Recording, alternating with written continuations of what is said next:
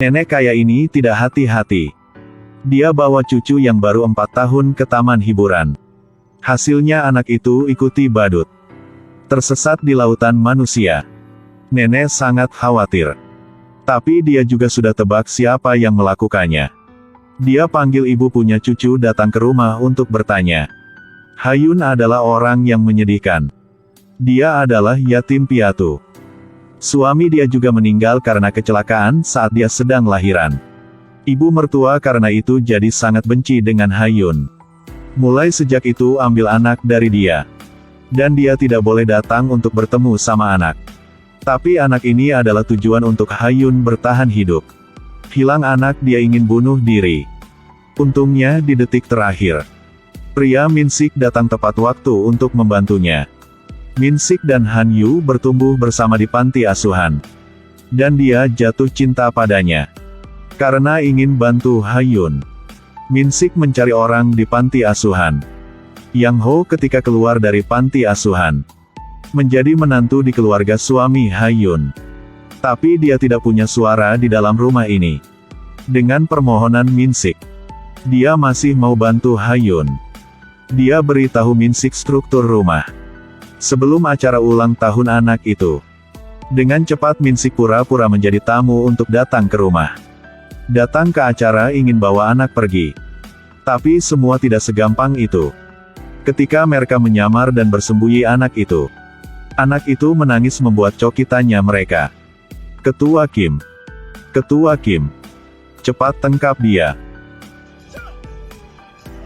Ibu mertua langsung kirim penjaga dan orang lain untuk mengejarnya.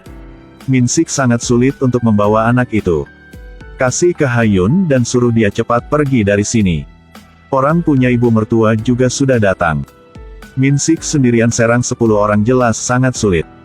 Tapi Hayun gendong anak tidak mau kabur. Tapi bingung dia melihatnya.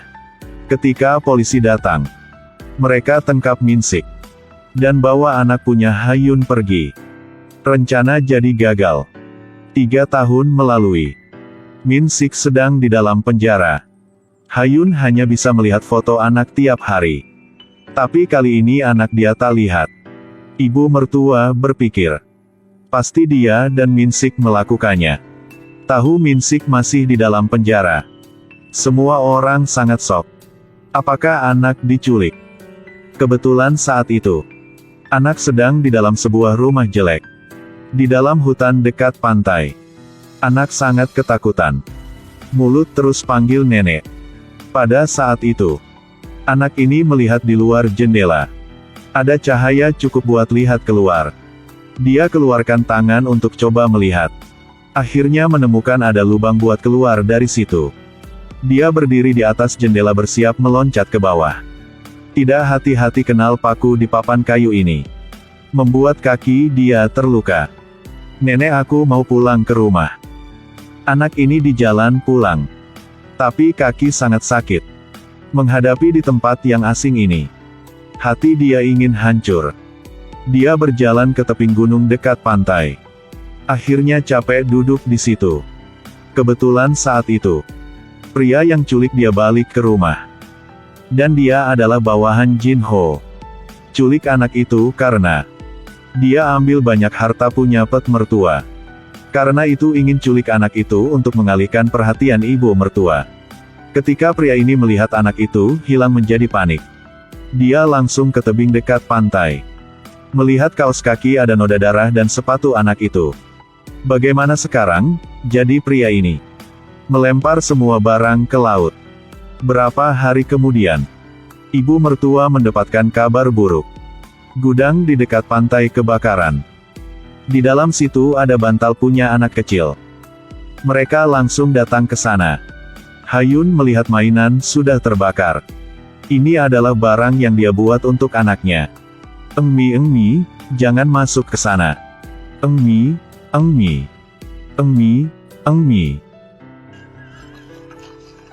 Engmi. Karena dekat pantai menemukan noda darah. Polisi laut juga bantu untuk mencari mayat. Tapi tidak temukan. Melihat kaos kaki dan sepatu kulit. Ibu mertua dan Hayun hancur. Semua orang berpikir. Anak itu jatuh ke laut dan mati. Bagaimana dia bisa ke sini? Dia baru 5 tahun. Bagaimana bisa? Katakan pada saya. Saya belum omong saya adalah ibunya. Sekarang harus gimana Enmi? Tidak Enmi. Karena ibu merta membuat anak itu mati. Kebencian dari Hayun untuk ibu mertua sudah lewat batasnya. Hari itu dia lari ke rumah mertua dan langsung lepaskan kemarahan. Keluarkan semua apa yang harus dia bertahan selama berapa tahun ini. Dan bilang tidak akan memaafkan. Tapi Yang Ho melihat adegan ini. Langsung tampar dia sekali. Mereka berdua tumbuh bersama di panti asuhan. Hayun tidak mikir jika sikap Yang Ho keras seperti itu. Yang Ho tarik dia keluar. Berharap dia jangan cari masalah lagi. Hayun tidak mengerti. Minsik karena dia jadi masuk ke penjara. Dan kau hanya mau dekati orang tua jahat itu. Dia patah hati. Mulai sejak itu, dia hilang. Tidak lama kemudian Minsik keluar dari penjara. Junki dan Jang Ho juga datang untuk menjemputnya. Now, 2022-23 is on already? Find out how to make it lucrative? Supposing the dream turnover is 1 crore in 10 months, then budget your spend at 1%, e. 10,000 rupees per month. Yes, let us create identity, build visibility, and emerge with credibility. Minsik tahu Hayun telah jadi masalah. Di jalan pulang Junki kasih tahu dia. Diri sendiri berapa tahun ini buka pasar ikan. Tapi waktu ini sering ada orang datang untuk curi. Jadi dia minta tolong sama Minsik untuk tangkap orang itu. Tapi yang membuat mereka terkejut adalah yang curi ikan adalah anak kecil. Cucu orang kaya ini sangat menyedihkan. Diculik oleh penjahat di dalam rumah, hancur seperti ini.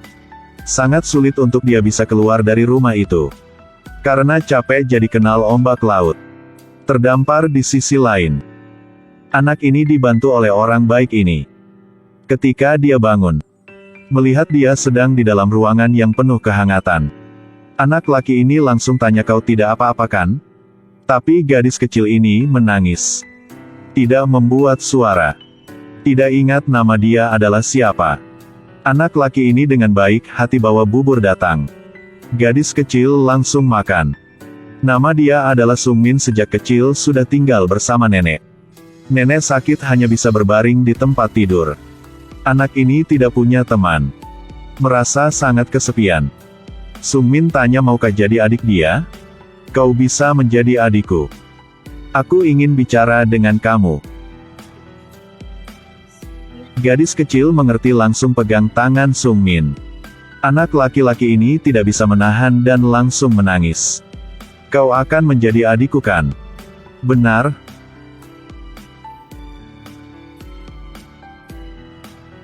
Karena cari uang untuk nenek berobat. Hari itu Sungmin dan gadis kecil ke pasar untuk curi ikan. Tidak hati-hati ditangkap langsung di tempat. Sudah 3 tahun melalui. Mereka tidak mengenainya. Gadis ini adalah anak Hayun. Junki langsung hajar Sungmin. Gadis kecil melihat kakak dimarahin jadi sangat khawatir. Langsung gigit kaki Junki. Tapi dia dorong jatuhkannya. Jangan pukul kakakku.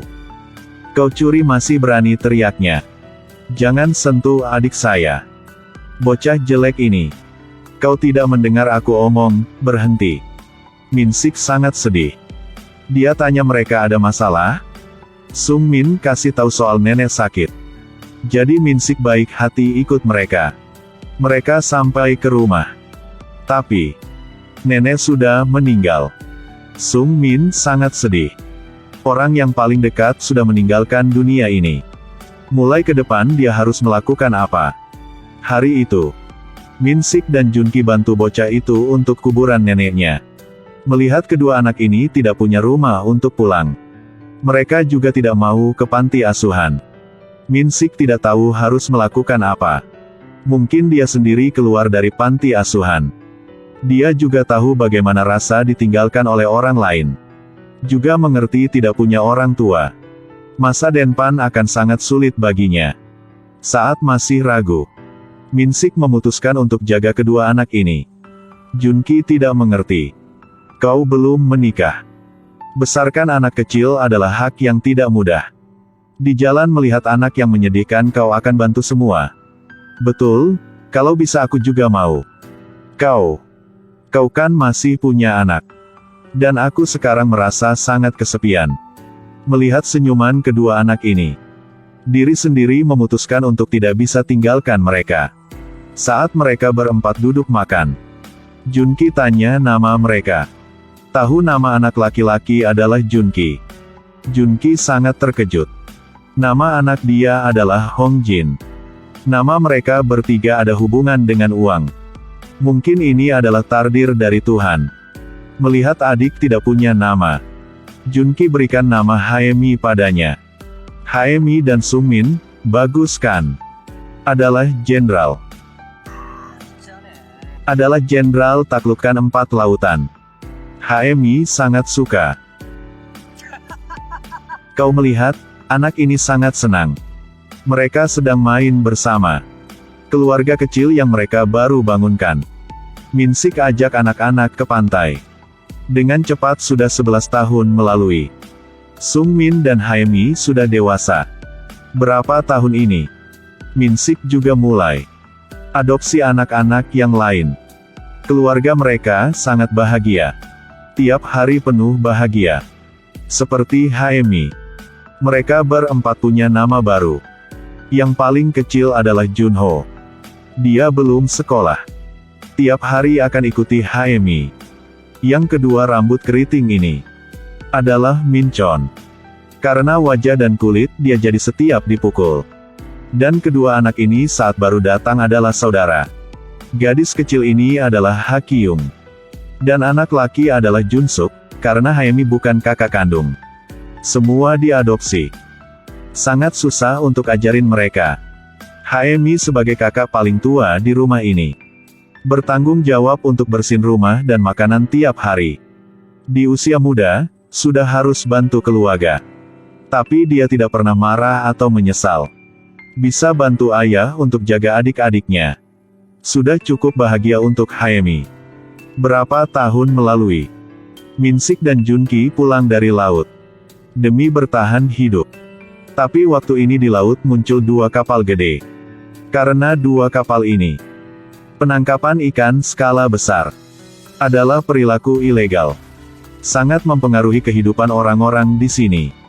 Tidak heran berapa hari terakhir ini tidak ada ikan. Harus kita lapor polisi. Lapor polisi juga buat apa? Di belakang mereka pasti ada perusahaan gede. Apa itu pet besar? Mendengar itu adalah kapal dari Pet Sinhan. Pet Sinhan. Dan itu adalah Pet punya mertua si Jang Ho. Dan dia juga menjadi CEO Pet sekarang. Melihat Min-sik datang ingin bicara dengan Jang Ho. Dia pura-pura tidak tahu dan janji akan bantu nanti. Tapi, semua itu dia yang atur. Jang Ho keluarkan 1 cek dan mau kasih ke Min-sik. Dia tahu Min-sik membesarkan anak-anak tidak mudah. Berharap dengan cek ini bisa beli banyak makanan yang enak buat mereka. Tapi Jang Ho tidak ada niat untuk berhenti. Kekuatan dan uang sudah membuat dia gila. Jika bisa menghasilkan banyak uang, walaupun harus injak ke tubuh siapa, dia juga tidak peduli dan terus maju ke depan. Karena sulit untuk mencari ikan hidup, Min-sik juga menjadi susah. Dia tidak hanya makan nasi tapi harus membesarkan banyak anak-anak. Junki suruh dia kasih mereka ke panti asuhan.